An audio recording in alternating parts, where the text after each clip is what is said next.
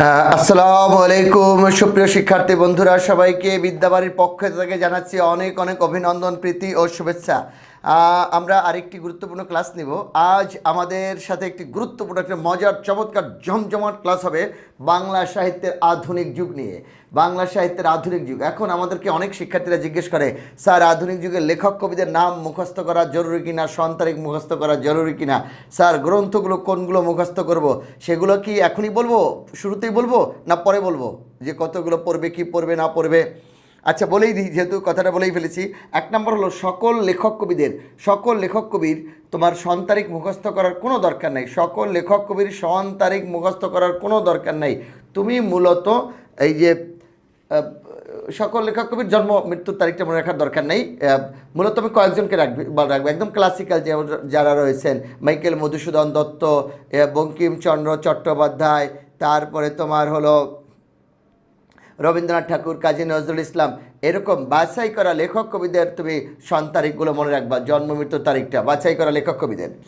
আর আরেকটা হলো, এটা গেল নাম্বার ওয়ান। নাম্বার টু তোমাকে বলতেছি, নাম্বার টু অর্থাৎ 2 নাম্বার যে কথাটা হলো, গ্রন্থগুলোর সকল গ্রন্থের সন তারিখ মনে রাখার কোনো দরকার নাই। একদম বাংলা সাহিত্যের ক্লাসিক্যাল যে গ্রন্থগুলো রয়েছে সেগুলো তুমি মনে রাখবা, যেমন বিষাদ সিন্ধু, তারপরে হলো মেঘনাদ বধকাব্য, শেষের কবিতা, শেষ লেখা, শ্রীকান্ত, পদ্মা নদীর মাঝি, এরকম ক্লাসিক্যাল যে গ্রন্থগুলো রয়েছে সেই ক্লাসিক্যাল গ্রন্থগুলোর সন তারিখটা মনে রাখবা। এটা শুরুতেই বললাম, সুতরাং আর কোনো ঝামেলা নেই। এরপরে দেখো আমি আলোচনা করব বাংলা সাহিত্যের আধুনিক যুগের 1 নম্বর লেকচার, এবং সিরিয়ালি আমাদের 6, সেখানে রয়েছে আধুনিক যুগের সূচনা, এবং কয়েকজন রাইটার রয়েছেন তাদের উপরে আমরা তো অবশ্যই আলোচনা করব, এবং শর্টকাট টেকনিকও আলোচনা করব মনে রাখার কৌশল সহ। তো এটা তো গেলই। আমরা তুমি এখানে কালীপ্রসন্ন শিক্ষা, অক্ষয় কুমার দত্ত, স্বর্ণকুমারী দেবী, ঈশ্বরচন্দ্র বিদ্যাসাগর, ঈশ্বরচন্দ্র গুপ্ত, প্যারীচাঁদ মিত্র, আলালের ঘরের দুলাল, ঈশ্বরচন্দ্র বিদ্যাসাগর, রামনারায়ণ তর্করত্ন যিনি রয়েছেন, সাথে পাবে আরও গুরুত্বপূর্ণ যারা তুমি এই জায়গায় যারা অত্যন্ত গুরুত্বপূর্ণ ভূমিকা রেখেছেন বাংলা সাহিত্যে, তাদেরকেও পাবে। তো আমি যেটা করেছি, তোমাদেরকে শর্টকাট টেকনিকও এখানে করা আছে, এবং আমরা আজকে শিটও ধরবো। এখানে শিটে অনেক প্রশ্ন আসে। প্যারীচাঁদ মিত্র অন্যান্য গ্রন্থগুলো কি, প্যারীচাঁদ মিত্রের আলালের ঘরের দুলাল কি লিখেছেন প্যারীচাঁদ মিত্র, তাকে নিয়ে কোন কোন আলোচনা রয়েছে, উপন্যাসের নাম, তারপরে হলো অনেক কথার গুঞ্জন শুনি, অনেক গানের সুর, লালন শাহ থেকে আরম্ভ করে রাম বসু, কত কথা রয়েছে এখানে। ঠিক আছে, তাহলে আমরা আলোচনাটা শুরু করি। আলহামদুলিল্লাহ, বঙ্কিমচন্দ্র চট্টোপাধ্যায় রয়েছে, কালীপ্রসন্ন সিং রয়েছে, উপন্যাসগুলো রয়েছে। ঠিক আছে, তো আলোচনা শুরু করলাম।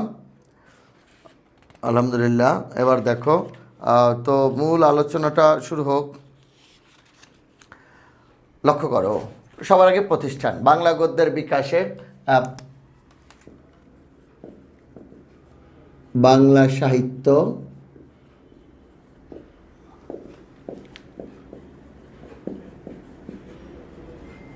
আধুনিক যুগ। এখানে তোমাকে যে কথাটা বলতে হবে সেটা হলো, বাংলা সাহিত্যের আধুনিক যুগের মধ্যে যা যা রয়েছে, সবার আগে দেখো প্রতিষ্ঠানসমূহ। প্রতিষ্ঠান, এই প্রতিষ্ঠানগুলোর মধ্যে কী কী রয়েছে? Fort William college,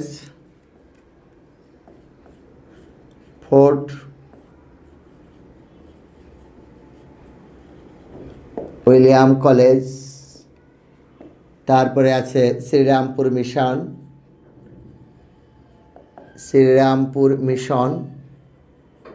fort William college, Serampore mission, আর একটা আছে হিন্দু কলেজ। এই 3টা প্রতিষ্ঠান তোমাকে খুব ভালো করে জানতে হবে। হিন্দু কলেজের সঙ্গে যাদের কথা বেশি আসে তারা হলেন ইয়ং বেঙ্গল গোষ্ঠী। তাহলে দেখো প্রতিষ্ঠানগুলো যেটা রয়েছে কি কি, Fort William college, Serampore mission, Hindu college, এবং হিন্দু কলেজের সঙ্গে যাদের তুমি যোগসূত্র রয়েছে তারা হলেন ইয়ং বেঙ্গল গোষ্ঠী। তো আমরা আলোচনাটা শুরু করতে পারি ইনশাল্লাহ। তো দেখো, সবার আগে যে কথাটা সবচেয়ে বলা জরুরি, এই যে প্রতিষ্ঠান, অন্তত প্রথম যে দুটি প্রতিষ্ঠান রয়েছে, এই দুটি প্রতিষ্ঠান এবং বাংলা গদ্যের বিকাশের সাথে যার অবদান সবচেয়ে বেশি, তিনি হলেন উইলিয়াম কেরি। William Carey. কিন্তু মজার বিষয় কি জানো, আমি যখন ক্লাসে জিজ্ঞেস করি, এই ফোর্ট উইলিয়াম কলেজের প্রতিষ্ঠাতাকে, ওরা কি বলে জানো? ফোর্ট উইলিয়াম কলেজের প্রতিষ্ঠাতা উইলিয়াম কেরি। এটা একদম ভুল উত্তর। ফোর্ট উইলিয়াম কলেজের প্রতিষ্ঠাতা উইলিয়াম কেরি না। ফোর্ট উইলিয়াম কলেজের প্রতিষ্ঠাতা হলো লর্ড ওয়েলেসলি। কে বলো তো? Lord Wellesley. তাহলে ফোর্ট উইলিয়াম কলেজের সাথে কার নাম জড়িত? লর্ড ওয়েলেসলি এটা প্রতিষ্ঠা করেছেন ফোর্ট উইলিয়াম কলেজ। কীভাবে সেটা আমি দেখাচ্ছি। কিন্তু উইলিয়াম কেরিকে তো 1 বছর পরে নিয়োগ দেওয়া হয়েছে। তো যাকে 1 বছর পরে নিয়োগ দেওয়া হয়, তিনি কি করে ওই কলেজটির প্রতিষ্ঠাতা হন? তাহলে আমি একটু আলোচনাটা আমাদের শুরু করতে পারি। আলহামদুলিল্লাহ। তারপরে দেখো উইলিয়াম কেরির নাম কেন আসলো। উইলিয়াম কেরির কথা যদি বলি তাহলে যার নাম আসে তিনি হলেন জন টমাস।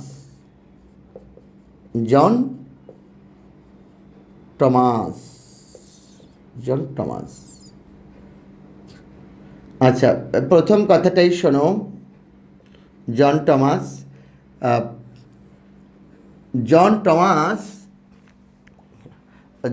টমাস তিনি ছিলেন পেশায় চিকিৎসক। উনি মিশনারির কাজে এসেছিলেন।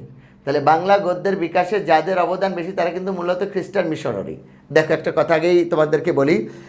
তুমি যদি দেখো, বাংলা উপন্যাস রচনার যিনি প্রথম দাবিদার, তিনি হলেন হ্যানা ক্যাথরিন ম্যালেন্স।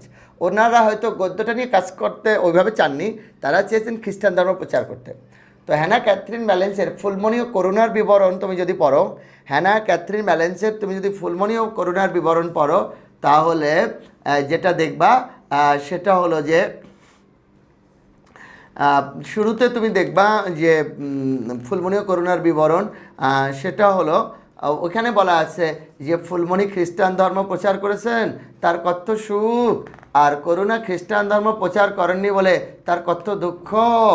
পরে ফুলমণির পরামর্শে যখন করুণাও খ্রিস্টান ধর্ম গ্রহণ করেছেন, এবারে তার সুখ যেন আর ধরে না। তাহলে তুমি দেখো, লক্ষ্য করো, ফুলমণি ও করুণার বিবরণ যে গ্রন্থটা রয়েছে, সেটা হলো যে তিনি এখানে যে কথাটা বলতে চেয়েছেন, ফুলমণি ও করুণার বিবরণ, যে ফুলমণি খ্রিস্টান ধর্ম গ্রহণ করেছে তার কত সুখ, আর করুণা খ্রিস্টান ধর্ম গ্রহণ করেনি বলে তার কত দুঃখ। পরে করুণা যখন খ্রিস্টান ধর্ম গ্রহণ করেছে, এটা দেখো, বলো এটা কি কোনো উপন্যাস হয়? এটাই প্রাথমিক প্রচেষ্টা। বাংলা এইখানে যে কথাটা তোমার সবচেয়ে জানা জরুরি, সেই কথাটা আমি একটু বলে দিই। এই যে বাংলা সাহিত্যের এখনই যেটা মনে রাখবা, আমি পরে লিখে দিচ্ছি যা লেখার, তুমি শুধু মনে রাখো। কালগত দিক দিয়ে আমি দরকারে রিপিট করবো, কিন্তু খেয়াল রাখো, উল্টাপাল্টা উত্তর করলে পরীক্ষার খাতে তুমি নিজেই বিপদে পড়ে যাবে। কালগত দিক দিয়ে প্রথম বাংলা উপন্যাস রচনার দাবিদার একজন খ্রিস্টান বিদেশিনী হ্যানা ক্যাথরিন ম্যালেন্স। তার রচিত ফুলমণি ও করুণার বিবরণ গ্রন্থটিকে প্রথম বাংলা উপন্যাস রচনার দাবিদার হিসেবে ধরা হয়। কালগত দিক দিয়ে প্রথম বাংলা উপন্যাস রচনার দাবিদার একজন খ্রিস্টান বিদেশিনী হ্যানা ক্যাথরিন ম্যালেন্স। তার রচিত ফুলমণি ও করুণার বিবরণ গ্রন্থটিকে প্রথম বাংলা উপন্যাস রচনার দাবিদার হিসেবে ধরা হয়। পরে দেখো, বাংলা সাহিত্যের প্রথম উপন্যাস হলো প্যারীচাঁদ মিত্রের আলালের ঘরের দুলাল। বাংলা সাহিত্যের প্রথম উপন্যাস প্যারীচাঁদ মিত্রের আলালের ঘরের দুলাল। এবার দেখো, প্যারীচাঁদ মিত্রের আলালের ঘরের দুলাল। আর বাংলা সাহিত্যের প্রথম সার্থক উপন্যাস হলো বঙ্কিমচন্দ্র চট্টোপাধ্যায়ের দুর্গেশ নন্দিনী। বাংলা সাহিত্যের প্রথম সার্থক কী? তাহলে বঙ্কিমচন্দ্র চট্টোপাধ্যায়ের দুর্গেশ নন্দিনী। এখানে আরও কয়েকটি বিষয় তোমার জানা দরকার। বাংলা সাহিত্যের সবচেয়ে জনপ্রিয় উপন্যাসিক হলেন শরৎচন্দ্র চট্টোপাধ্যায়। শ্রীকান্ত তার শ্রেষ্ঠ উপন্যাস। বাংলার সমসাময়িককালে বাংলা সাহিত্যের সবচেয়ে জনপ্রিয় ঔপন্যাসিক হলেন হুমায়ুন আহমেদ। তার প্রথম প্রকাশিত উপন্যাস নন্দিত নরকে এবং দেয়াল তার সর্বশেষ প্রকাশিত উপন্যাস। প্রথম প্রকাশিত উপন্যাস নন্দিত নরকে এবং দেয়াল তার সর্বশেষ প্রকাশিত উপন্যাস। আর বাংলা সাহিত্যের শ্রেষ্ঠ ঔপন্যাসিক হলেন মানিক বন্দ্যোপাধ্যায়। পদ্মা নদীর মাঝি তার শ্রেষ্ঠ উপন্যাস, তাকে কালজয়ী উপন্যাসিক বলা হয়, এবং পদ্মা নদীর মাঝি কালজয়ী উপন্যাস। তাহলে আমি এটা আরেকবার রিপিট করে দিচ্ছি, খুব মনোযোগ দিয়ে শুনবা। কালগত দিক দিয়ে প্রথম বাংলা উপন্যাস রচনার দাবিদার একজন খ্রিস্টান বিদেশিনী হ্যানা ক্যাথরিন ম্যালেন্স। তার রচিত ফুলমণি ও করুণার বিবরণ গ্রন্থটিকে প্রথম বাংলা উপন্যাস রচনার দাবিদার হিসেবে ধরা হয়। বাংলা সাহিত্যের প্রথম উপন্যাস প্যারীচাঁদ মিত্রের আলালের ঘরের দুলাল। বাংলা সাহিত্যের প্রথম উপন্যাস প্যারীচাঁদ মিত্রের আলালের ঘরের দুলাল। আর বাংলা সাহিত্যের প্রথম সার্থক উপন্যাস হলো বঙ্কিমচন্দ্র চট্টোপাধ্যায়ের দুর্গেশ নন্দিনী। এই কথাগুলো যেন মনে থাকে। বাংলা সাহিত্যের সবচেয়ে জনপ্রিয় উপন্যাসিক হলেন শরৎচন্দ্র চট্টোপাধ্যায়। শ্রীকান্ত তার শ্রেষ্ঠ উপন্যাস। আর সমসাময়িককালে বাংলা সাহিত্যের সবচেয়ে জনপ্রিয়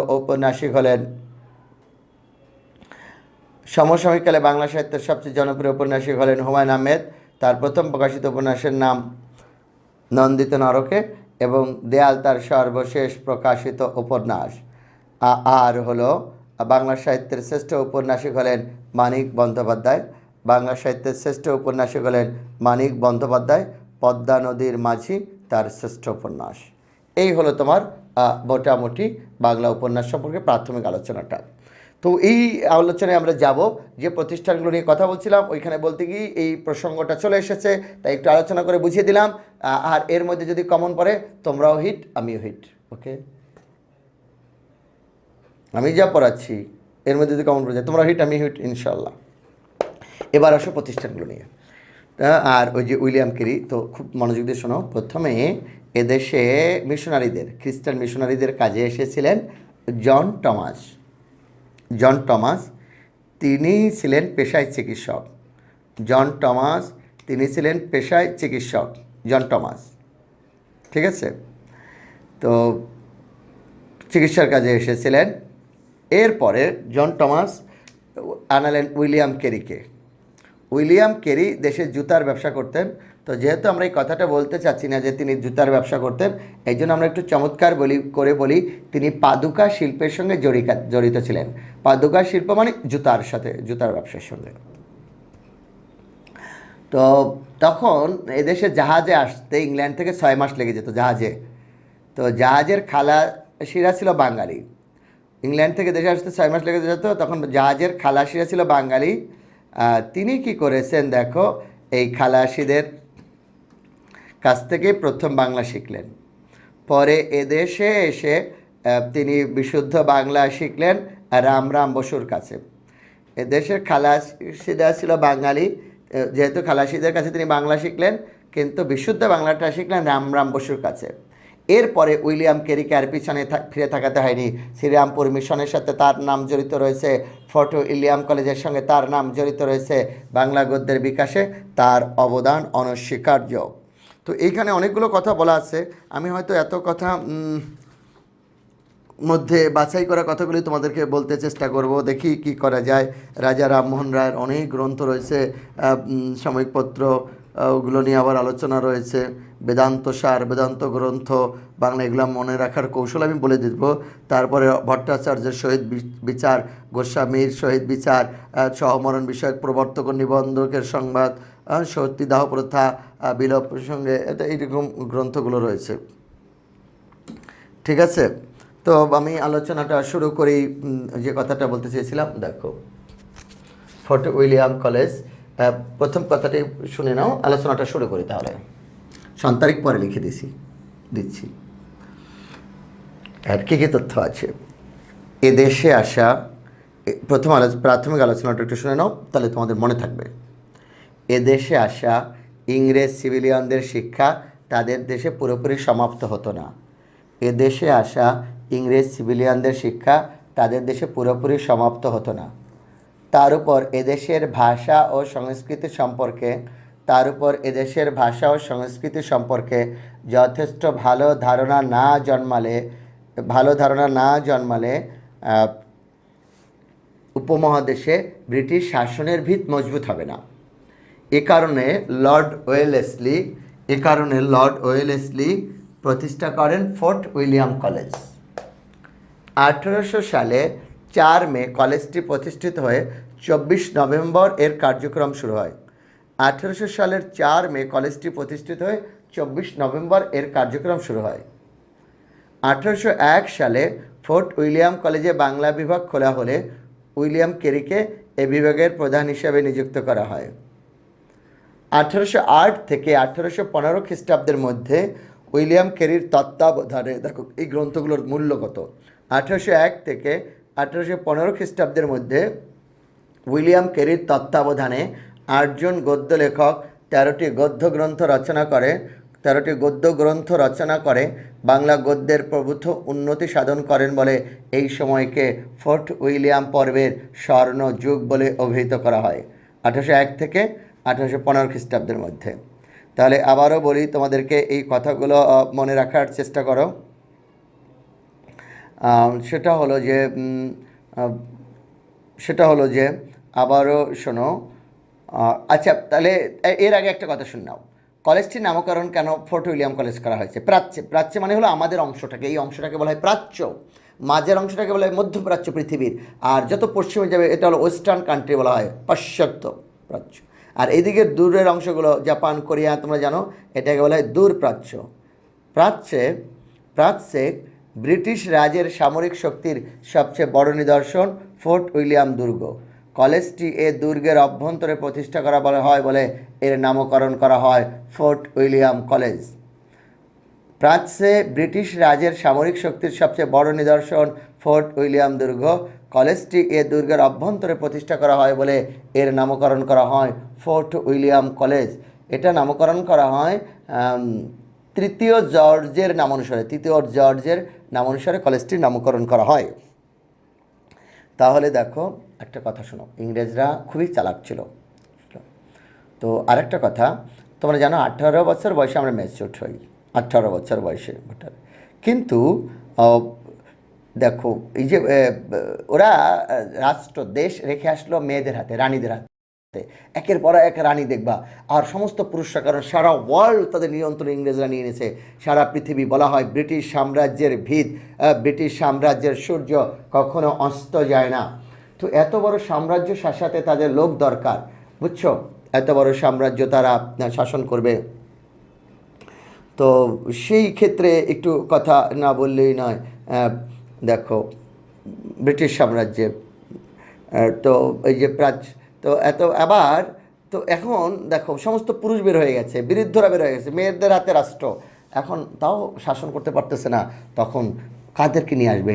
এই 14-15 বছর বাচ্চা, অর্থাৎ যাদের বয়স 18 হয় নাই, এই বাচ্চাগুলোকে তারা নিয়ে আসলো। তো মায়েরা বললো আমরা এগুলোকে দিব না, এই বাচ্চাগুলোকে দিব না। তখন বললো কোনো সমস্যা নেই, আমরা এদেরকে শিক্ষিত করব। এই জন্যই ফোর্ট উইলিয়াম কলেজটা প্রতিষ্ঠা করা হয়েছে, প্রথম কথাটা। আর দ্বিতীয় কথা হলো ওরা খুবই ট্যালেন্ট ছিল, তো জানে যে এই দেশের ভাষা বা সংস্কৃতি সম্পর্কে যদি এই বাচ্চাগুলো না জানে, তাহলে এখানে ব্রিটিশ শাসনের ভিত মজবুত হবে না। সুতরাং বাংলাও তারা খুলেছে, বুঝতে পেরেছে বিষয়টা। এখন দেখো তাহলে মূল আলোচনাটা একটু শোনো। আর কলেজটি কেন ফোর্ট উইলিয়াম করা হলো? এটি ফোর্ট উইলিয়াম দুর্গে অবস্থান করছিল বলে কলেজটা প্রতিষ্ঠা করা হয় বলে। এখন কে কে প্রতিষ্ঠা করেছে, কত সালে, সন্তান, এগুলো সব বললাম। আবার একটু দেখো, এটা প্রতিষ্ঠা হয় 1800 সালের 4, এখানে সালের কথাটা না লিখলে একাকার হয়ে যাবে, 1800 সালের 4 মে। আর বাংলা বিভাগ খোলা হয় উইলিয়াম কেরিকে যে বছর নিয়োগ দেওয়া হয়, কত, 1801, ঠিক আছে, বাংলা বিভাগ। আর স্বর্ণযুগ কোন সময়টা? 1801 থেকে 1815, 1801 থেকে 1815 স্বর্ণযুগ লেখা হয়। এই কারণে এখানে 8 জন গদ্য লেখক 13টি গদ্য গ্রন্থ রচনা করে বাংলা গদ্যের প্রভূত উন্নতি সাধন করেন। 8 জন গদ্য লেখক, এগুলো যেন মনে থাকে। তাহলে আমি আরেকবার আলোচনা করি, তোমরা একটু শোনো। এ দেশে আসা ইংরেজ সিভিলিয়ানদের শিক্ষা তাদের দেশে পুরোপুরি সমাপ্ত হতো না। তার উপর এদেশের ভাষা ও সংস্কৃতি সম্পর্কে যথেষ্ট ভালো ধারণা না জন্মালে উপমহাদেশে ব্রিটিশ শাসনের ভিত মজবুত হবে না। এ কারণে লর্ড ওয়েলেসলি প্রতিষ্ঠা করেন ফোর্ট উইলিয়াম কলেজ। 1800 সালের 4 মে কলেজটি প্রতিষ্ঠিত হয়ে 24 নভেম্বর এর কার্যক্রম শুরু হয়। 1800 সালের 4 মে কলেজটি প্রতিষ্ঠিত হয়, 24শে নভেম্বর এর কার্যক্রম শুরু হয়। 1801 সালে ফোর্ট উইলিয়াম কলেজে বাংলা বিভাগ খোলা হলে উইলিয়াম কেরিকে এ বিভাগের প্রধান হিসেবে নিযুক্ত করা হয়। 1801 সালে ফোর্ট উইলিয়াম কলেজে বাংলা বিভাগ খোলা হলে উইলিয়াম কেরিকে এ বিভাগের প্রধান হিসেবে নিযুক্ত করা হয়। 1801 থেকে 1815 খ্রিস্টাব্দের মধ্যে উইলিয়াম কেরির তত্ত্বাবধানে 1801 থেকে 1815 খ্রিস্টাব্দের মধ্যে উইলিয়াম কেরির তত্ত্বাবধানে 8 জন গদ্য লেখক 13টি গদ্য গ্রন্থ রচনা করে বাংলা গদ্যের প্রভূত উন্নতি সাধন করেন বলে এই সময়কে ফোর্ট উইলিয়াম পর্বের স্বর্ণযুগ বলে অভিহিত করা হয়। 1801 থেকে 1815 খ্রিস্টাব্দের মধ্যে উইলিয়াম কেরির তত্ত্বাবধানে 8 জন গদ্য লেখক 13টি গদ্য গ্রন্থ রচনা করে বাংলা গদ্যের প্রভূত উন্নতি সাধন করেন, তাই এ সময়কে ফোর্ট উইলিয়াম পর্বের স্বর্ণযুগ বলে অভিহিত করা হয়। প্রাচ্যে ব্রিটিশ রাজের সামরিক শক্তির সবচেয়ে বড় নিদর্শন ফোর্ট উইলিয়াম দুর্গ। কলেজটি এই দুর্গের অভ্যন্তরে প্রতিষ্ঠা করা হয় বলে এর নামকরণ করা হয় ফোর্ট উইলিয়াম কলেজ। হ্যাঁ, তৃতীয় জর্জের নামানুসারে এর নামকরণ করা হয়। ঠিক আছে, তাহলে তোমরা বুঝতে পেরেছ ফোর্ট উইলিয়াম কলেজ নিয়ে আর কোনো ঝামেলা নেই। এবার দেখো শ্রীরামপুর মিশন দেখো, উইলিয়াম কেরির আলোচনাটা করে যাই, তারপরে বলতেছি। সন্তানকে আমি লিখে দেবো না, এইটার তো স্ক্রিনশট দিয়ে দাও, অথবা লিখে নাও, অথবা এখানে তো শিট আছেই তোমাদের সামনে। হ্যাঁ, এই যে দেখো আমি একদম শিট ধরে আলোচনাটা করতেছি। ঠিক আছে, এবারে শোনো শ্রীরামপুর মিশনটা দেখো।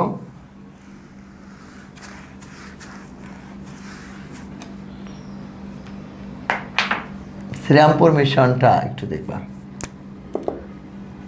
উইলিয়াম কেরির প্রত্যক্ষ তত্ত্বাবধানে এবং জশুয়া মার্সম্যানের সহায়তায় এবং উইলিয়াম কেরির প্রত্যক্ষ তত্ত্বাবধানে 1800 সালে কলকাতার অদূরে প্রতিষ্ঠা করা হয় শ্রীরামপুর ব্যাপটিস্ট মিশন। দেখো, জশুয়া মার্সম্যানের সহায়তায় এবং উইলিয়াম কেরির প্রত্যক্ষ তত্ত্বাবধানে 1800 সালে কলকাতার অদূরে প্রতিষ্ঠা করা হয় শ্রীরামপুর ব্যাপটিস্ট মিশন। শুরুতে এটি ছিল ড্যানিশদের নিয়ন্ত্রণাধীন।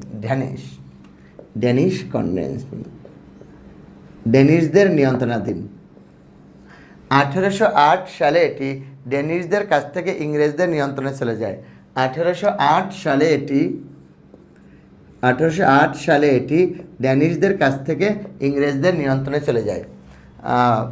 ঠিক আছে, তারপরে প্রথম বাংলা গদ্যের বিকাশে এই প্রতিষ্ঠানটার কিন্তু যথেষ্ট অবদান রয়েছে। প্রথম বাংলা সাময়িক পত্র দিগদর্শন এখান থেকেই প্রকাশিত হয়। দিগদর্শন 1818 সালে, আমি এটা লিখে দেবো নি, দাঁড়াও। দিগদর্শন এখান থেকে প্রকাশিত হয়। শুধু তাই না, এখানে থেকেই পঞ্চানন কর্মকার প্রথম বাংলা মুদ্রাক্ষর খোদাই করেন। তোমরা জানো, এই কারণে পঞ্চানন কর্মকারকে বাংলা মুদ্রাক্ষরের জনক বলা হয়। তাহলে কি দেখো, জশুয়া মার্সম্যানের সহায়তায় এবং উইলিয়াম কেরির প্রত্যক্ষ তত্ত্বাবধানে 1800 সালে কলকাতার অদূরে প্রতিষ্ঠা করা হয় শ্রীরামপুর ব্যাপটিস্ট মিশন, যেটাকে আমরা শ্রীরামপুর মিশন নামে চিনি। হ্যাঁ, তারপরে দেখো, শুরুতে এটি ড্যানিশদের নিয়ন্ত্রণাধীন থাকলেও 1808 সালে এটি ড্যানিশদের কাছ থেকে ইংরেজদের নিয়ন্ত্রণে চলে যায়।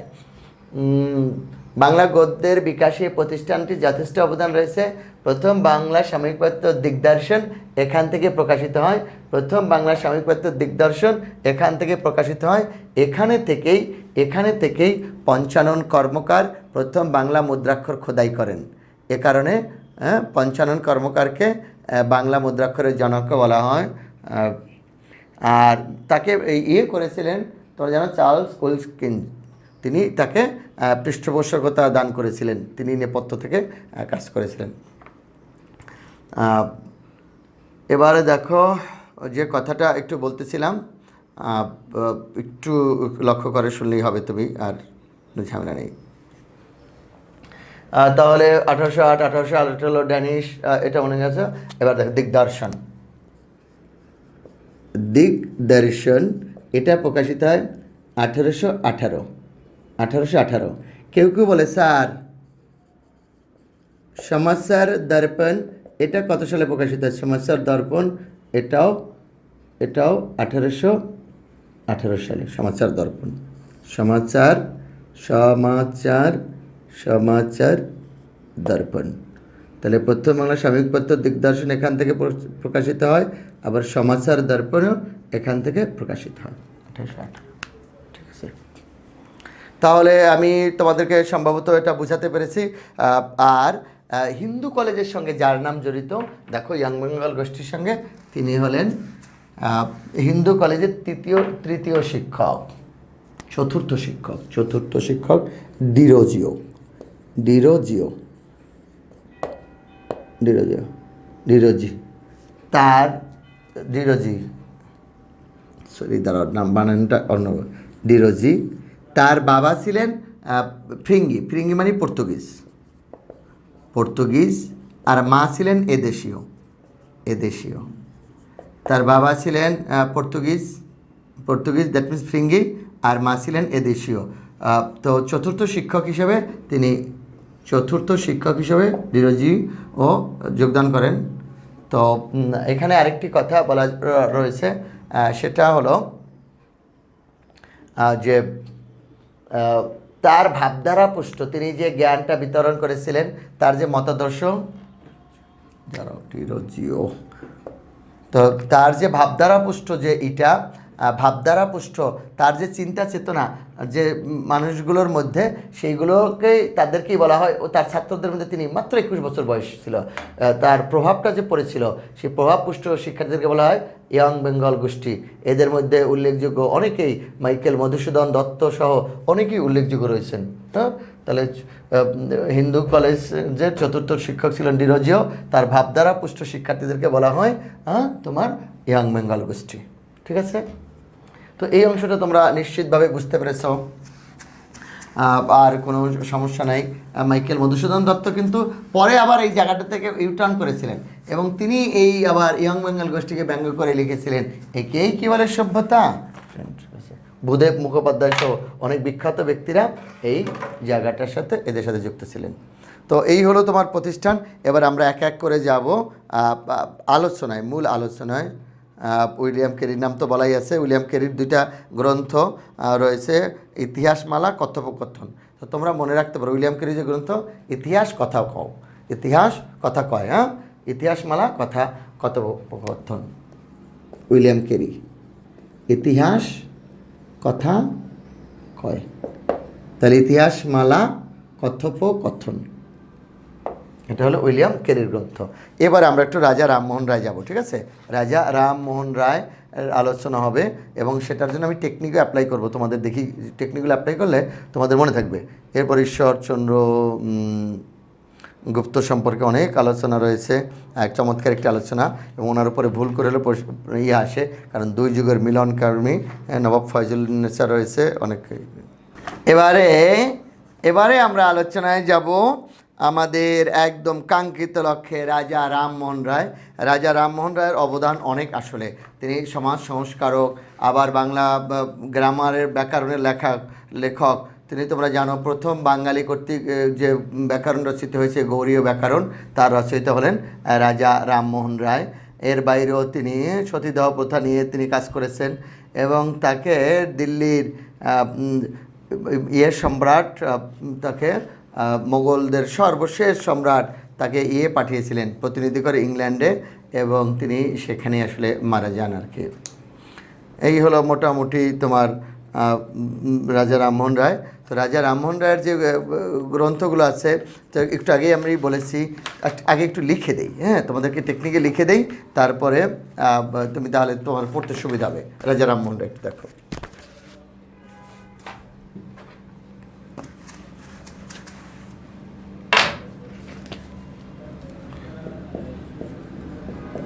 রাজা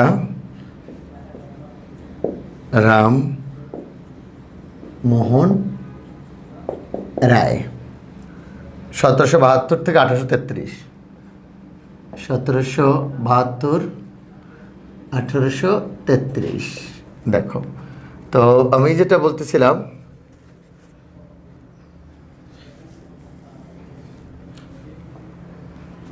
প্রবর্তক প্রবর্তক ও নিবর্তক নিবর্তক সংবাদ দিল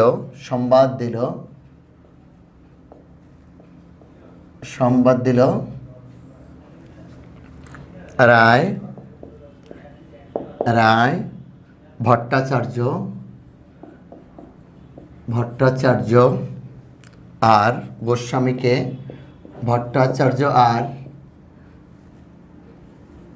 গোস্বামীকে নীতি উপদেশ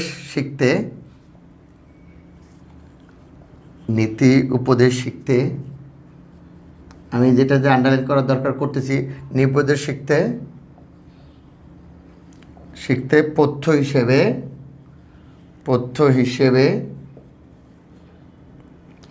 হিসেবে গৌড়ীয়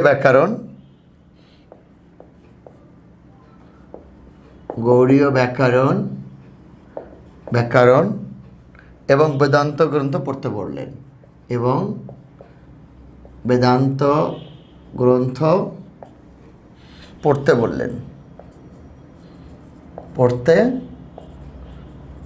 বললেন। তাহলে কি দাঁড়াচ্ছে তোমাদেরকে? প্রবর্তক, নিবন্ধক, সংবাদ, ভট্টাচার্যের সহিত বিচার আমি দেখাচ্ছি, হ্যাঁ। তারপরে গোস্বামী আন্ডারলাইন করলাম, কেন সেটা বলতেছি। গৌড়ীয় ব্যাকরণ করলাম, তারপরে হলো বেদান্ত গ্রন্থ। এখন দেখো রাজা শীটটা হাতে নাও, একটু তোমরা শীটটা হাতে নিয়ে দেখো রাজা রামমোহন রায়ের রচিত গ্রন্থগুলো কী কী। লক্ষ্য করো, তিনি লিখেছেন বেদান্ত গ্রন্থ, বেদান্ত সার, ভট্টাচার্যের সহিত বিচার, গোস্বামীর সহিত বিচার, সমরণ বিষয়ক প্রবর্তক ও নিবর্তকের সংবাদ, সতীদাহ প্রথা বিলোপ প্রসঙ্গে রামমোহন রায়ের ওইটা গ্রন্থ হলো প্রবর্তক ও নিবন্ধ সংবাদ। আর পাঠ্যপুস্তক বিষয়ক যেটা গ্রন্থ তিনি রচনা করেছেন সেটা হলো গৌড়ীয় ব্যাকরণ 1833 সালে। এই হলো তার। এবং তিনি যে সম্পাদিত পত্রিকাগুলো করেছিলেন দেখো, মিরাতুল আকবর এবং সংবাদ কৌমুদি, এর বাইরে ব্রাহ্মণ সেবদী ইংরেজি ভাষায়। তাহলে কি দেখো, মিরাতুল আখবার সেটা করেছেন ফার্সি ভাষায়, সংবাদ কৌমুদি করেছেন বাংলা ভাষায়, আর ব্রাহ্মণ সেবদী করেছেন ইংরেজিতে। এই হলো রাজা রামমোহন রায়ের গ্রন্থ। ঠিক আছে, এরপরে আমরা যাচ্ছি ঈশ্বরচন্দ্র গুপ্ত। ঈশ্বরচন্দ্র গুপ্তকে বলা হয় দেখো যুগ সন্ধিক্ষণের কবি। ঈশ্বরচন্দ্র গুপ্ত, ওনার সম্পর্কে অনেক কথা বলা রয়েছে। কয়েকটা মিনিট লাগবে মাত্র। ঈশ্বরচন্দ্র গুপ্ত ঈশ্বরচন্দ্র গুপ্ত এটা হলো 1812-1959। 1812-1959 দেখো।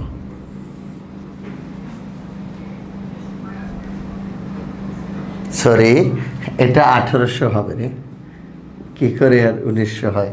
হ্যাঁ, এটা লক্ষ্য করো। ঈশ্বরচন্দ্র গুপ্তকে বলা হয় যুগ সন্ধিক্ষণের কবি। খুব মনোযোগ দিয়ে লক্ষ্য করে, এই জায়গাটা খুবই গুরুত্বপূর্ণ। বাংলা সাহিত্যের মধ্যযুগের বিস্তৃতি ছিল 1800 খ্রিস্টাব্দ পর্যন্ত। কিন্তু 1760 খ্রিস্টাব্দে ভারতচন্দ্র রায় গুণাকরের মৃত্যুর মধ্য দিয়ে বাংলা সাহিত্যে প্রকৃত মধ্যযুগের অবসান ঘটে, কথাটা তোমরা জানো।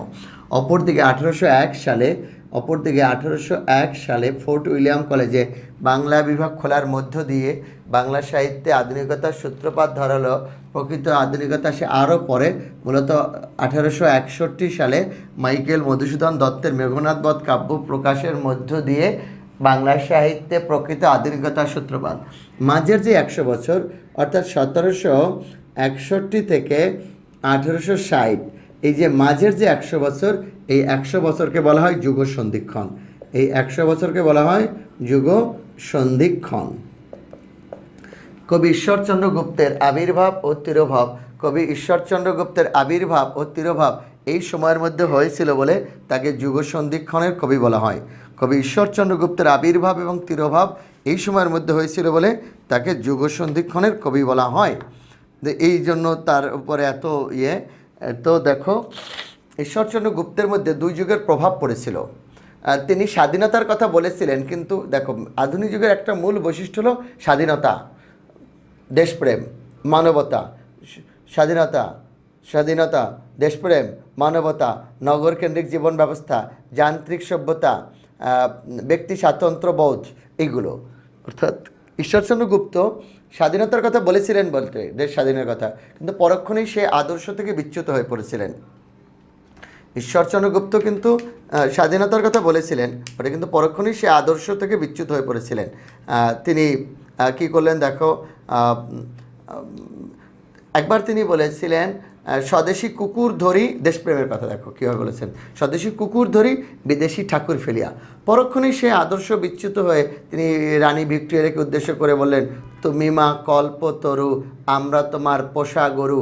এই যুগে এসে কেউগুলো বলো গরু ছাগল বলো, সেটা আর ওই জায়গাটায় থাকলেন না, যেটা মাইকেলের মেঘনাদ বধ কাব্যে আমরা সেই দেশপ্রেমটুকু, সেই যে মানবতা, সেই যে হাহাকার, এটা মাইকেলের গ্রন্থে আমরা পেয়েছি।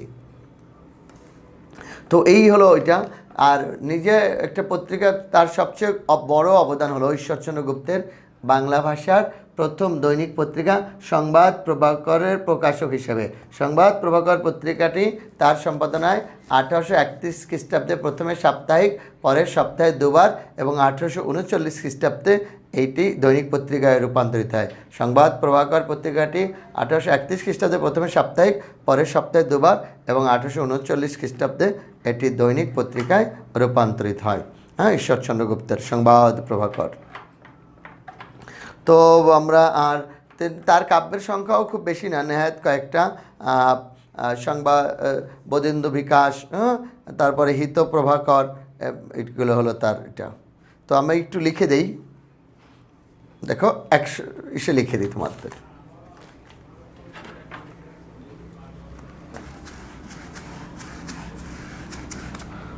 প্রবোধ হিতবোধের সংবাদ দিল, দেখো এক কথায়, প্রবোধ হিতবোধের সংবাদ দিল। তাহলে প্রবোধ প্রভাকর, এবারে হিত প্রভাকর, সংবাদ প্রভাকর, আর বোধেন্দু বিকাশ। প্রবোধ প্রভাকর, হিত প্রভাকর, সংবাদ প্রভাকর, বোধেন্দু বিকাশ। ঠিক আছে, প্রবোধ হিতবোধের সংবাদ দিল, তাই না? ও পারবে? তাহলে এই হলো ঈশ্বরচন্দ্র গুপ্তের গ্রন্থ। আর এটা ঈশ্বরচন্দ্র গুপ্ত নিয়ে আরও ডিটেলস আলোচনা করা যেত, কিন্তু এত সময় আমাদেরকে আসলে নেই। তোমরা খালি একটু পড়ে নিও। আলোচনাটা একটা আলোচনা করলেই বাকিগুলো নিয়ে আমরা কখন করব? কারণ ঈশ্বরচন্দ্র বিদ্যাসাগর, বাংলা গদ্যের বিকাশে ঈশ্বরচন্দ্র বিদ্যাসাগরেরও অবদান, অজস্র অবদান রয়েছে। তাকে বাংলা গদ্য সাহিত্যের জনক বলা হয়। দেখো, জন্মেছিলেন 1820 সালে আর মারা গেলেন 1892 খ্রিস্টাব্দে ঈশ্বরচন্দ্র বিদ্যাসাগর। তিনি অনুবাদমূলক গ্রন্থ লিখেছেন। এই যে দেখো এখানে লেখা আছে, আমি তোমাদেরকে টেকনিক বলতেছি। শেক্সপিয়রের কমেডি অফ এরর অবলম্বনে ভ্রান্তি বিলাস, তারপরে হিন্দি বৈতাল পঞ্চশী অবলম্বনে তিনি বেতাল পঞ্চবিংশতি লিখছেন।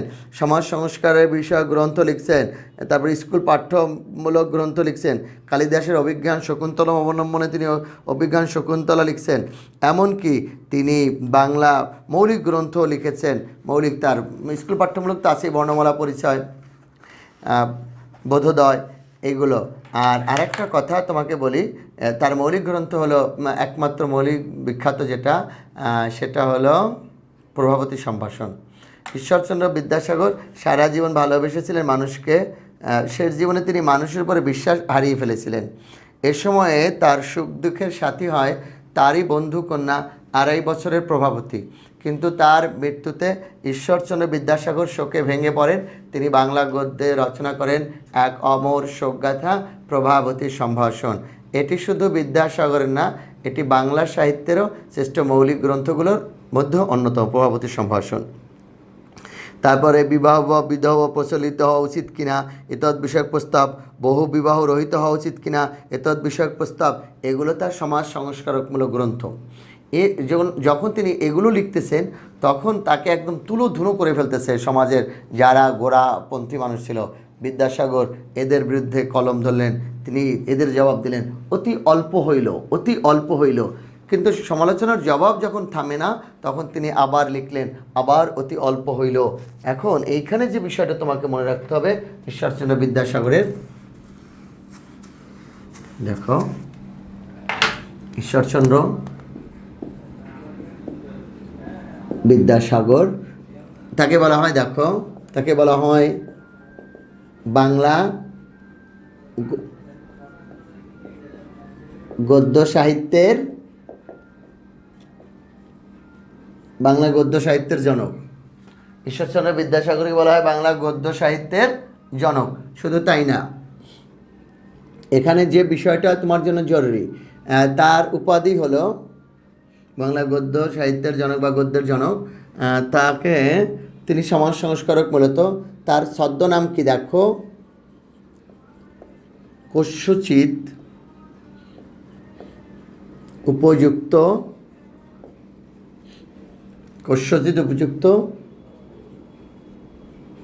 ভাইপোষ্য। কস্যচিৎ উপযুক্ত ভাইপোষ্য, এটা তার হলো ছদ্মনাম, কস্যচিৎ উপযুক্ত ভাইপোষ্য। তারপরে হলো কস্যচিৎ উপযুক্ত ভাইপোষ্য, এটা তার ছদ্মনাম। তিনি কি নামে স্বাক্ষর করতেন? দেখুন, তার পারিবারিক উপাধি হলো শর্মা। তিনি স্বাক্ষর করতেন ঈশ্বরচন্দ্র শর্মা। তাহলে তাকে বাংলা গদ্য সাহিত্যের জনক বলা হয়। তার ছদ্মনাম হলো কস্যচিৎ উপযুক্ত ভাইপোষ্য, আর তার ছদ্মনাম হলো ঈশ্বরচন্দ্র শর্মা। এই নামে তিনি স্বাক্ষর করতেন, এই নামে স্বাক্ষর করতেন। ওকে, তিনি সমাজ সংস্কারক। আর একটু গ্রন্থগুলো কি দেখবে তোমরা? মূল গ্রন্থগুলো একটু লিখে দিই, তাইলে তাড়াতাড়ি হবে। বাংলার ইতিহাস, গুরুত্বপূর্ণ গ্রন্থগুলো লিখে দিলাম, আর বাকিগুলো এখানে শীত তো আছেই, আর আমি একটু আমার মতো করে লিখে দিচ্ছি। দেখো, অনুবাদমূলক গ্রন্থটা প্রথমে দেখো। অনুবাদমূলক গ্রন্থ হলো বেতাল। বেতাল তো জানো, বেতাল পঞ্চবিংশতি, বেতাল, ভ্রান্তি বিলাস, ভ্রান্তি কথার, কথামালা, ভ্রান্তি কথার কারণে বাংলার ইতিহাসে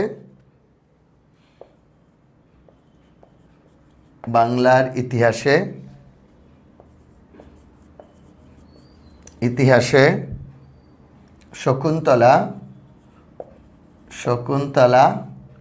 ও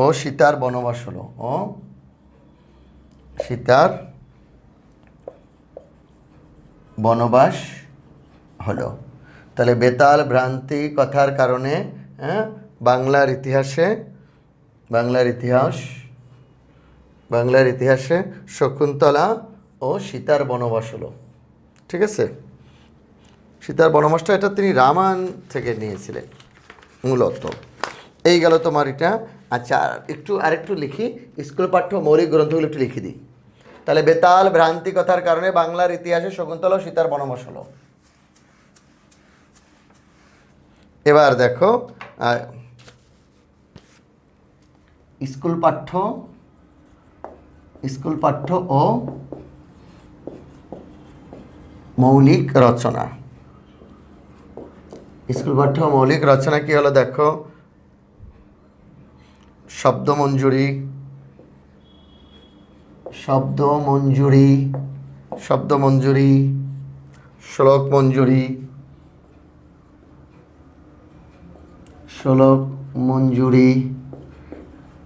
মঞ্জুরি ও আখ্যান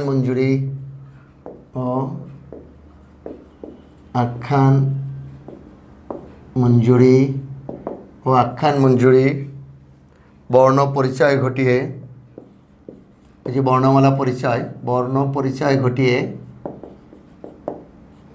পরিচয় ঘটিয়ে ব্যাকরণ কৌমুদী রচনা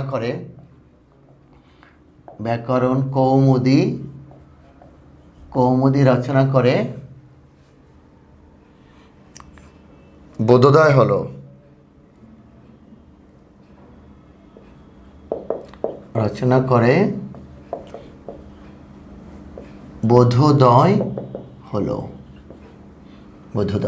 বোধোদয় হলো এ কারণে প্রভাবতীকে সম্ভাষণ জানানো হলো। এ কারণে প্রভাবতীকে সম্ভাষণ জানানো হলো। প্রভাবতীকে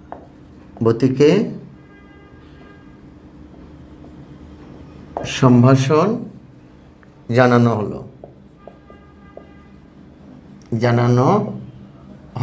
তাহলে প্রভাবতীকে সম্ভাষণ, প্রভাবতী সম্ভাষণ। তাহলে কি কি দেখো, তোমার শব্দ মঞ্জুরি, শ্লোক মঞ্জুরি, আখ্যান মঞ্জুরি, বর্ণমালা পরিচয়, ব্যাকরণ কৌমুদী, বোধোদয়, প্রভাবতী সম্ভাষণ, এগুলো তাহলে এই গ্রন্থগুলোর বাইরে আর তোমার বিদ্যাসাগর লাগবে না।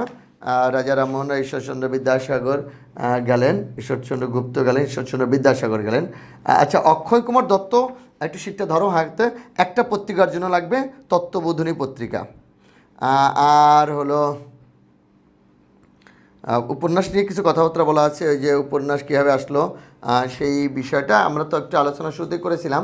তো তুমি মূল ঘটনাটা দেখো। আসলে কালীপ্রসন্ন সিংহ, তো কালীপ্রসন্ন সিংহ শুধু একটা গ্রন্থর জন্য দরকার, এই জন্য খুব বেশি আলোচনার দরকার নেই। কালীপ্রসন্ন সিংহর জন্য যে জন্য দরকার সেটা হলো তোমার হুতুম প্যাঁচার নকশা। এটা খুবই গুরুত্বপূর্ণ, ইম্পর্টেন্ট না আসলে।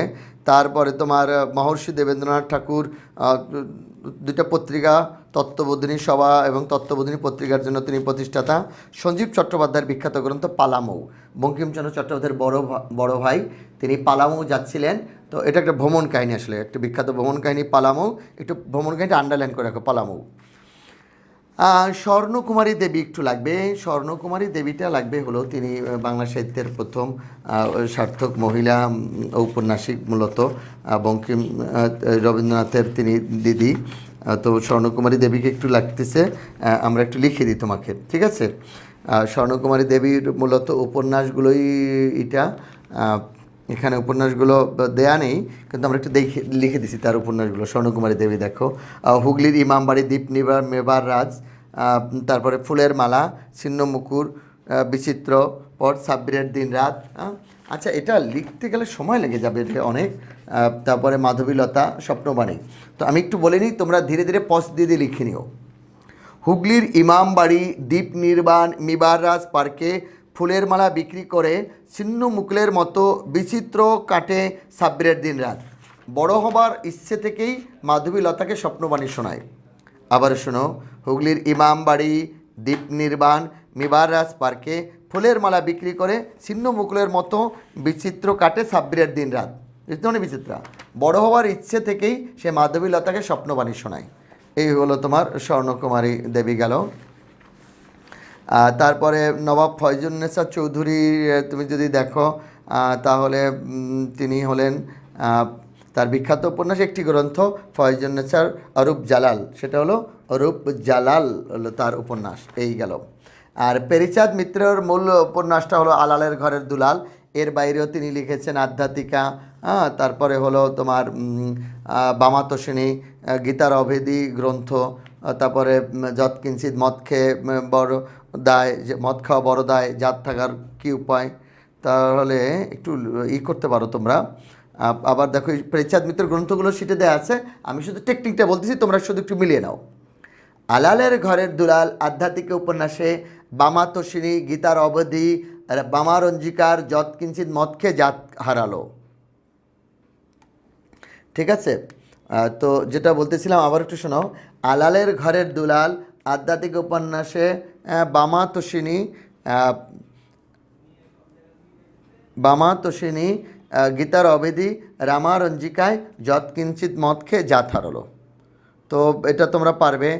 মদ খাওয়া বড় দায়, জাত থাকার কী উপায়, যৎকিঞ্চিৎ, রামারঞ্জিকা, তারপরে গীতাঙ্কুর অভেদ ইত্যাদি তার গ্রন্থগুলো দেয়া আছে এখানে। তো আশা করি এটা কোনো সমস্যা হবে না তোমাদের গেল। আর ওই চরিত্রগুলো দেওয়া আছে পেরিচাঁদ মিত্রের আলালের ঘরের দুলাল, এখানে রয়েছে ঠক চাচা, মতিলাল, বাঞ্ছারাম বাবু, যে চরিত্রগুলো দেওয়া আছে এটা কিন্তু ইম্পর্টেন্ট, এখান থেকে প্রশ্ন হয়। তাহলে গেল এটা। এবার আসো বঙ্কিমচন্দ্র চট্টোপাধ্যায়। মূলত বঙ্কিমচন্দ্র চট্টোপাধ্যায়কে তাকে নিয়ে আমাদের আলোচনাটা খুবই জরুরি, মীর মশাররফ পর্যন্ত আমাদের আলোচ্য বিষয় রয়েছে। এই তো তার আলোচ্য বিষয়। এর বাইরে রামরাম বসুর গ্রন্থ রয়েছে, লালন শাহী সম্পর্কে তার জীবনী। আচ্ছা শোনো, ওইখানে বঙ্কিম আমরা যাব, ওইখানে টেকনিক আমরা অ্যাপ্লাই করব। বঙ্কিম এবং মীর মশাররফ হোসেন দুজনকে টেকনিক অ্যাপ্লাই করব, একটু খেয়াল করো। আর রামরাম বসু তিনি মূলত ওই যে ফোর্ট উইলিয়াম পর্বের লেখক ছিলেন, এই জন্য তিনি বিখ্যাত। তার গ্রন্থ সম্পর্কে বলা আছে তুমি ওই যে লিপিমালা, তার বিখ্যাত গ্রন্থ, এইটুকুই খেয়াল রেখো রামরাম বসুর। আর আরেকজন সম্পর্কে এখানে বলেছে লালন শাহী। লালন শাহী তিনি বিখ্যাত তার গানের জন্য। আমার বাড়ির কাছে আরশিনগর, সে তা এক পড়শি বসত করে। আর প্যারিচাঁদ মিত্র নিয়ে তো আলোচনা আমরা করলামই মোটামুটি। মদনমোহন তর্কালঙ্কার যে জন্য বিখ্যাত, পাখি সব করে রব রাতি পোহাইল, ওই শিশুদের ওই কবিতাটার জন্য। এটি খালি মনে রাখলাম, সব পড়ার কোনো দরকার নেই, সব পড়ার কোনো দরকার নেই। মদনমোহন তর্কালঙ্কার শিশু শিক্ষা যে গ্রন্থটা, সেখানে ওই বিখ্যাত কবিতা রয়েছে, পাখি সব করে রব রাতি পোহাইল, কারণে কুসুম করি সকলে ফুটিল। তো এই গেল তোমার মোটামুটি এটা। আমি তোমার আর খুব বেশি সময় নিচ্ছি না। আর রামরাম বসু তো, আর এখন তাহলে একটু চলে যাই বঙ্কিম এবং মীর মশাররফ, খুবই গুরুত্বপূর্ণ এবং এই আলোচনাটা একটু দীর্ঘ হতে বাধ্য আর কি। বঙ্কিমচন্দ্র চট্টোপাধ্যায়,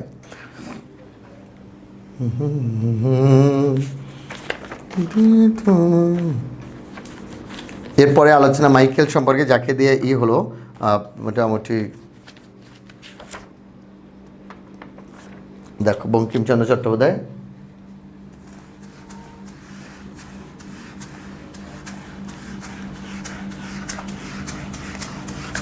সবাই রেডি?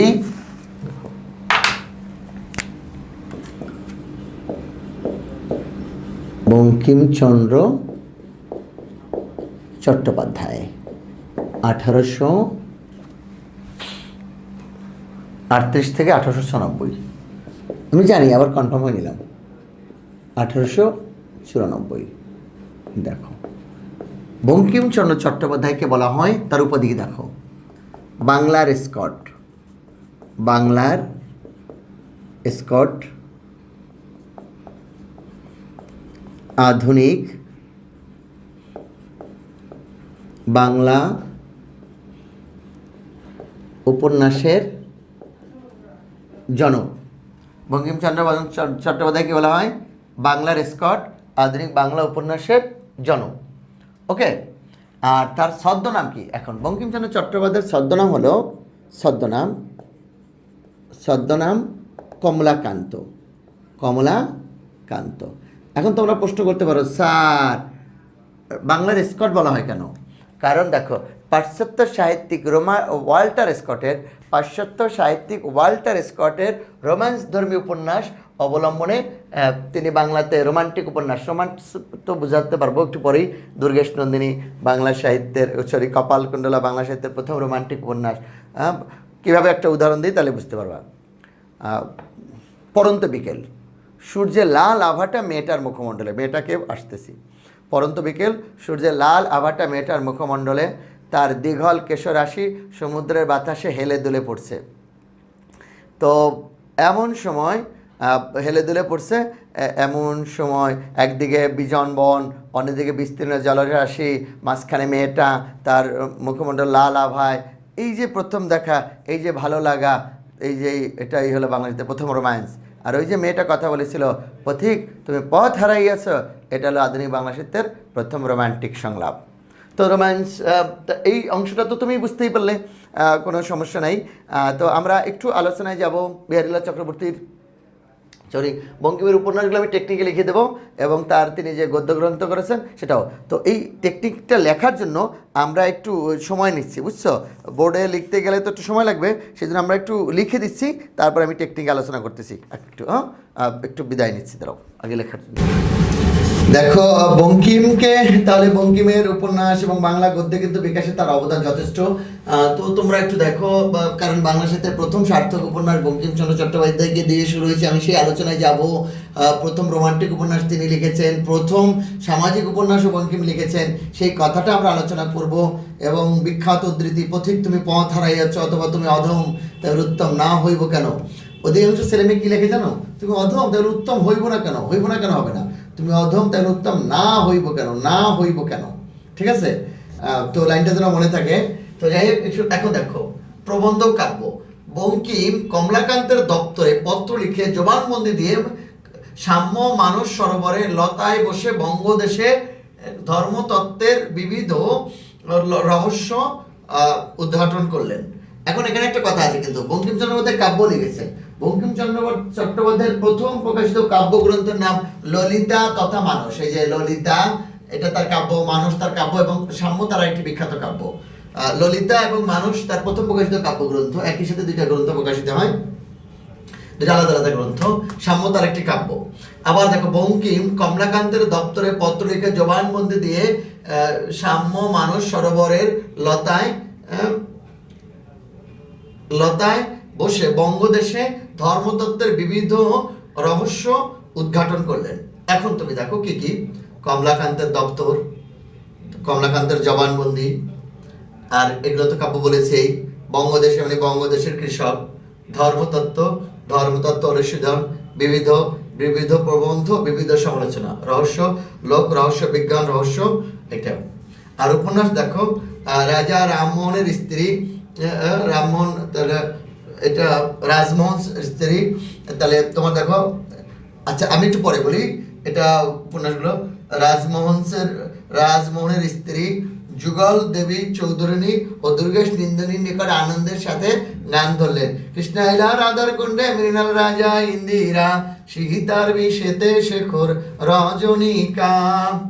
কি হলো দেখো, রাজমোহনের স্ত্রী যুগল দেবী চৌধুরানী ও দুর্গেশ নন্দিনীর নিকট আনন্দের সাথে গান ধরলেন। কৃষ্ণ আইলা রাধার কুণ্ডে, মৃণাল রাজা ইন্দিরা, সীতার বিষেতে শেখর রজনীকা। তাহলে রাজমোহনের স্ত্রী হলো রাজমোহন সোহেব, যুগলঙ্গরীয় দেবী চৌধুরানী, তো দেবী চৌধুরানী, দুর্গেশ নন্দিনী, আনন্দ মঠ। আর গান ধরেন কৃষ্ণ, লক্ষ্য করো, কৃষ্ণকান্তের উইল, আতে হলো আনন্দ মঠ। তারপরে আতে হচ্ছে, ধরো এখানে একটা ঝামেলা আছে, ধরো আতে তো আমরা আনন্দের সাথে গান ধরলেন, এটা হলো কৃষ্ণ আইলা রাধার কুণ্ডে, কৃষ্ণ আইলা দিয়ে দিলাম না, কারণ আনন্দ মঠ হইল। কৃষ্ণকান্তের হইল, রাধা হলো রাধারানী, কুণ্ডে কপাল কুণ্ডলা, মৃণালিনী, রাজা রাজসিংহ, ইন্দিরা, সীতারাম, বিষবৃক্ষ, শেখর চন্দ্রশেখর, রজনী। আবার দেখো, রাজমোহন ওয়াইফ, যুগলঙ্গরীয় দেবী চৌধুরানী, দুর্গেশ নন্দিনী, আনন্দ মঠ। তারপরে কৃষ্ণকান্তের উইল, রাধারানী, কপাল কুণ্ডলা, মৃণালিনী, রাজসিংহ, ইন্দিরা, সীতারাম, বিষবৃক্ষ, চন্দ্রশেখর, রজনী। এগুলো তার উপন্যাস। তো আমি এটুকু তোমাদেরকে সম্ভবত বোঝাতে পেরেছি। এটা নিয়ে আর কোনো সমস্যা হবে না আশা করি। তো আমি একটু মুছে ফেলি না। এখন এখানে কয়েকটা ইনফরমেশন আছে, নোট তোমরা একটু লিখে নাও। বঙ্কিমচন্দ্রের প্রথম প্রকাশিত কাব্যগ্রন্থের নাম ললিতা তথা মানস। বঙ্কিমচন্দ্রের প্রথম প্রকাশিত উপন্যাসের কাব্যগ্রন্থের নাম ললিতা তথা মানস। নম্বর 2, বঙ্কিমচন্দ্রের প্রথম প্রকাশিত উপন্যাসের নাম রাজমোহনস ওয়াইফ। বঙ্কিমচন্দ্রের প্রথম প্রকাশিত উপন্যাসের নাম রাজমোহনস ওয়াইফ। ঠিক আছে, এটা গেল। তারপরে যে আলোচনাটা করতেছিলাম সেটা একটু দেখো, রাজমোহনস ওয়াইফ। তারপরে রাজমোহনস ওয়াইফ, প্রথম প্রকাশিত উপন্যাস রাজমোহনস ওয়াইফ। এবারে আরেকটি আলোচনা রয়েছে, সেই জায়গাটায় যাই। রাজমোহনস ওয়াইফের পরে বঙ্কিমচন্দ্রের রাজমোহনস ওয়াইফ গেল। তারপরে তুমি আরেকটা বিষয় লিখবা, বাংলা সাহিত্যের প্রথম সার্থক সামাজিক উপন্যাস হলো বিষবৃক্ষ। প্রথম সামাজিক উপন্যাস বিষবৃক্ষ। প্রথম সার্থক উপন্যাস দুর্গেশ নন্দিনী 1865। আর প্রথম সার্থক রোমান্টিক উপন্যাস হলো কপাল কুণ্ডলা। তাহলে বঙ্কিমচন্দ্রের প্রথম প্রকাশিত কাব্যগ্রন্থের নাম ললিতা তথা মানস। পজ দিয়ে শুনবা। প্রথম প্রকাশিত উপন্যাস রাজমোহন ওয়াইফ। প্রথম সার্থক দুর্গেশ নন্দিনী 1865। প্রথম সামাজিক উপন্যাস বিষবৃক্ষ। আর প্রথম সার্থক রোম্যান্স বা রোমান্টিক উপন্যাস হলো কপাল কুণ্ডলা। এই হলো ইনফরমেশান। আর এগুলো তো গদ্যগ্রন্থ, তার এইগুলো কমলাকান্ত নিয়ে খুব মজার গ্রন্থ, এগুলো সব প্রবন্ধ দেখো তুমি কি কি আছে। এই যে বঙ্গদেশ হলো বঙ্গদেশের কৃষক, কমলাকান্তের দপ্তর কমলাকান্তের জবানবন্দি। বঙ্গদেশের কৃষক, ধর্মতত্ত্ব হলো ধর্মতত্ত্ব অনুশীলন, বিবিধ প্রবন্ধ, বিবিধ সমালোচনা। রহস্য হলো লোক রহস্য, বিজ্ঞান রহস্য। এগুলো তার প্রবন্ধ এবং নানাবিধ রচনাগুলো। ঠিক আছে, তাহলে আমি মোটামুটি এই অংশ বঙ্কিম, এর বাইরে আর লাগবে না, তবে খুব ভালো করে এই চরিত্রগুলো একটু দেখে নিও কোন উপন্যাসের চরিত্র। যেমন কপালকুণ্ডলা উপন্যাসের বিখ্যাত চরিত্র হলো কপালকুণ্ডলা, তারপরে হলো নবকুমার, তারপরে কৃষ্ণকান্তের উইল হলো তোমার ভ্রমর, রোহিণী, গোবিন্দলাল। এই চরিত্রগুলো তোমার লাগবে। ঠিক আছে, এবার আমি মীর মশাররফ হোসেন যাব, এবং সেটাই আমাদের শেষ আলোচ্য বিষয়টা, মীর মশাররফ হোসেন। শীটটা হাতের কাছে রাখবা সবাই, কোনো সমস্যা হবে না। আমরা একটু মীর মশাররফ হোসেন যাই, আমি আগে লিখে নিয়ে আসি। ঠিক আছে, লিখবো, লেখার পরে তোমাদের সাথে আমি এটা নিয়ে আলোচনা করবো, মীর মশাররফ হোসেন। ওকে, আচ্ছা, এবারে আমরা মীর মশাররফ হোসেন নিয়ে আলোচনা করতে যাচ্ছি। মীর মশাররফ হোসেন আমরা বোর্ডের সব লিখে দিয়েছি। দেখো, মুসলমানদের মধ্যে সর্বপ্রথম যিনি অগ্রগণ্য বাংলা সাহিত্যের সাধনায়, তিনি হলেন মীর মশাররফ হোসেন। তো তার মূল রচনাগুলো তুমি যদি একটু দেখো, মীর মশাররফ হোসেন রচনাগুলো, তাহলে অনেকগুলো রচনাই তুমি এখানে পাবে। তো তার উল্লেখযোগ্য রচনাগুলোর মধ্যে দেখো, মীর বিষাদ সিন্ধু তার বিখ্যাত উপন্যাস বিষাদ সিন্ধু। তো এই বিষাদ সিন্ধু উপন্যাসে তিনি যেটা করলেন, তার এই কারবালার বিষাদময় ঘটনা অবলম্বনে তিনি এটা রচনা করেছেন। তার বিষাদ সিন্ধু মহানবী হযরত মুহাম্মদ সাল্লাল্লাহু আলাইহি সাল্লামের দৌহিত্র ইমাম হোসেনের করুণ কাহিনী বর্ণিত আছে গ্রন্থটিতে। তোমরা কি নাটক এবং প্রহসনের মধ্যে তফাৎ জানো? নাটক হলো সমাজের যখন অসঙ্গতিপূর্ণ দিক তুলে ধরা হয়, সেটা হলো প্রহসন, সংলাপ। আর নাটক হলো, তো নাটক জানোই, নাটকের কাহিনী থাকবে, চরিত্র থাকবে, সংলাপ থাকবে। আর প্রহসন নাটকের মতোই, তবে সেখানে সমাজের অসঙ্গতিপূর্ণ দিকগুলো তুলে ধরা হয়। মীর মশাররফ হোসেনের দুটি বিখ্যাত নাটক হলো তোমার, দেখো, মীর মশাররফ হোসেনের বিখ্যাত দুটি নাটক, একটা নাটক হলো বসন্ত কুমারী, এটা তুমি মাইকেলের কৃষ্ণকুমারী ছায়া পড়েছে। আর একটা হলো জমিদার দর্পণ, এটা দীনবন্ধু মিত্রের নীল দর্পণের ছায়া পড়েছে। তবে প্রহসন রচনায় তিনি সার্থক। এর উপায় কি? ভাই ভাই এই তো চাই, ফাঁস কাগজ। তিনি গদ্য রচনা করেছেন, বুঝতে পেরেছ, প্রবন্ধ রচনা করেছেন, জীবনী গ্রন্থ রচনা করেছেন। এবং সবচেয়ে মজার বিষয় হলো মীর মশাররফ হোসেন, তিনি মূলত দুইটা পত্রিকাতেই, ওই যে গ্রাম বার্তা প্রকাশিকা কাঙ্গাল হরিনাথ মজুমদারের পত্রিকায় লিখেই মোটামুটি হাত পাকিয়েছেন। তো এটা, আর মীর মশাররফ হোসেন নিজেও আজিজুন নাহার নামে একটি পত্রিকা সম্পাদনা করেছেন, ছোট সম্পাদনা পত্রিকা তার ওখানে দেওয়া আছে। তবে একটি মজার ইনফরমেশন হলো, তিনি গোজীবন নামক প্রবন্ধ রচনার দায়ে মামলায় জড়িয়ে পড়েছিলেন। তার প্রথম বিয়েটা সুখের হয়নি, অনেক ঝামেলা। দ্বিতীয় স্ত্রী সুখের হয়েছিল, এবং তিনিই মীর মশাররফ হোসেনকে মোটামুটি সাহিত্য সাধনায় উদ্বুদ্ধ করেন। তাহলে মীর মশাররফ হোসেন গোজীবন নামক প্রবন্ধ রচনার জন্য মামলায় জড়িয়ে পড়েছিলেন। কারণ এখানে তিনি লিখছিলেন গরু ও জীবন। হিন্দু মুসলমান দ্বন্দ্বের প্রধান কারণ হলো, তিনি লিখেছেন যে মুসলমানরা গরু খায়, হিন্দুরা গরু খায় না। এই কারণে এই ঝামেলাটার সূত্রপাত আসলে। তো তাহলে আমরা একটু আলোচনাটা করি তোমাদের সাথে। দেখো, তার উপন্যাসগুলো আমি সবগুলো টেকনিকে লিখে দিয়েছি। প্রথম দেখো, নাটক তার বেটা বসন্ত জমিদার। বেটা বসন্ত জমিদার, বেটা হলো বেহুলা গীতা অভিনয়, টালা অভিনয়। বেটা বেহুলা, বেতে বেহুলা গীতা অভিনয়, তাতে টালা অভিনয়। বসন্ত বসন্ত কুমারী জমিদার, জমিদার দর্পণ। আর প্রহসন ভাইয়ে ভাইয়ে ফাঁস কাগজে একই করলো, এর উপায় কি? ভাইয়ে ভাইয়ে হলো ভাই ভাই এই তো চাই, ফাঁস কাগজে হলো ফাঁস কাগজ, একই, এটা একই, এর উপায় কি? এটা একটা আলাদা। তাহলে ভাই ভাই এই তো চাই, ভাই ভাই এই তো চাই, ফাঁস কাগজ একই, এর উপায় কি? এগুলো তার প্রহসন। উপন্যাস দেখো, কতগুলো উপন্যাস লিখছেন। বাংলা সাহিত্যের কিন্তু প্রথম মুসলমান কর্তৃক উপন্যাস হলো রত্নাবতী।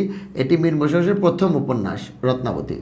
তাহলে কি দেখো, রিজিয়া খাতুন, রত্নাবতী, গাজী মিয়ার বস্তানি, বিষাদ মনে, উদাসীন পথিক, তহমিনার, ইসলামের জয়ের, নিয়তির কথা জানালেন। তবে উদাসীন পথিকের মনের কথা কেউ কেউ এটাকে একটা কথিকা ধর্মী বলে আর কি। এটা কিন্তু এটা পুরো উপন্যাসের ফরম্যাটে ফেলা যায় না, আবার গদ্যও যায় না। তাহলে রিজিয়া খাতুন, রত্নাবতী, গাজী মিয়ার বস্তানি, বিষাদ মনে হলো বিষাদ সিন্ধু, উদাসীন পথিকের মনের কথা, তাহমিনা, ইসলামের জয়, নিয়তির কথা, এগুলো তার উপন্যাস। আর কাব্যগ্রন্থ দেখো, মুসলিম বীরত্ব, সঙ্গীত লহরী, মদিনার গৌরব, পঞ্চনারী। তারপরে গোড়াই ব্রিজ বা গৌরী সেতু, বাজিমাত। তারপরে দেখো কাব্য আবারও দেখো মুসলিম বীরত্ব, তারপরে সঙ্গীত লহরী, মদিনার গৌরব, পঞ্চনারী, তারপরে বাজিমাত। এবার দেখো তার এবারে যে আর গোড়াতে হলো গোড়াই ব্রিজ বা গৌরী সেতু। আর প্রবন্ধ দেখো আমার জীবনী বিবি কুলসুম গজীবন খোদবা, আমার জীবনী বিবি কুলসুম গজীবন খোদবা। তাহলে আমরা কি লিখছি? আমার জীবনী বিবি কুলসুম গজীবন ও খোদবা পড়ে শোনাতেন, আমার জীবনী বিবি কুলসুম গজীবন ও খোদবা পড়ে শোনাতেন। এগুলো হলো তার মোটামুটি প্রবন্ধ গ্রন্থ। এই হলো মীর মোশাররফ হোসেন। তো আশা করি তোমাদের কোনো সমস্যা হবে না। আমরা একটু টেকনিক অ্যাপ্লাই করলাম, পরের লেকচারে আমরা আগে টেকনিকগুলো বোর্ডে লিখব, তারপর তোমাদের সাথে আলোচনা করব। এবারে দেখো এখানে বেশ কিছু বিখ্যাত উদ্ধৃতি রয়েছে, পাখি সব করে রব, মদনমোহন তর্কালঙ্কারের, তারপরে তোমার সাহিত্যগুণী নিয়ে আলোচনা রয়েছে। এবারে এমসিকিউ রয়েছে, খাঁচার ভেতর অচিন পাখি কেমনে আমি যায়, বাউল গানের বিশেষত্ব কী। হ্যাঁ, তোমরা জানো এটা হলো বাউল গানের বিশেষত্ব। দেখো গ নাম্বার আধ্যাত্ম বিষয়ক রচনা। তারপরে কোনটি রামরাম বসু লেখা 5 নাম্বারের 5-এর ক হিতোপদেশ। তো এইরকম এমসিকিউগুলো একটু দেখে নিও আশা করি। আর বিগত বিসিএসে কী কী প্রশ্ন আসছে চমৎকার করে দেয়া আছে, ঠিক আছে? তো আজ বরং এ পর্যন্ত থাক, সবাই ভালো থেকো। আগামীতে কোনো লেকচারে তোমাদের সাথে আবারও দেখা হবে। আল্লাহ হাফেজ।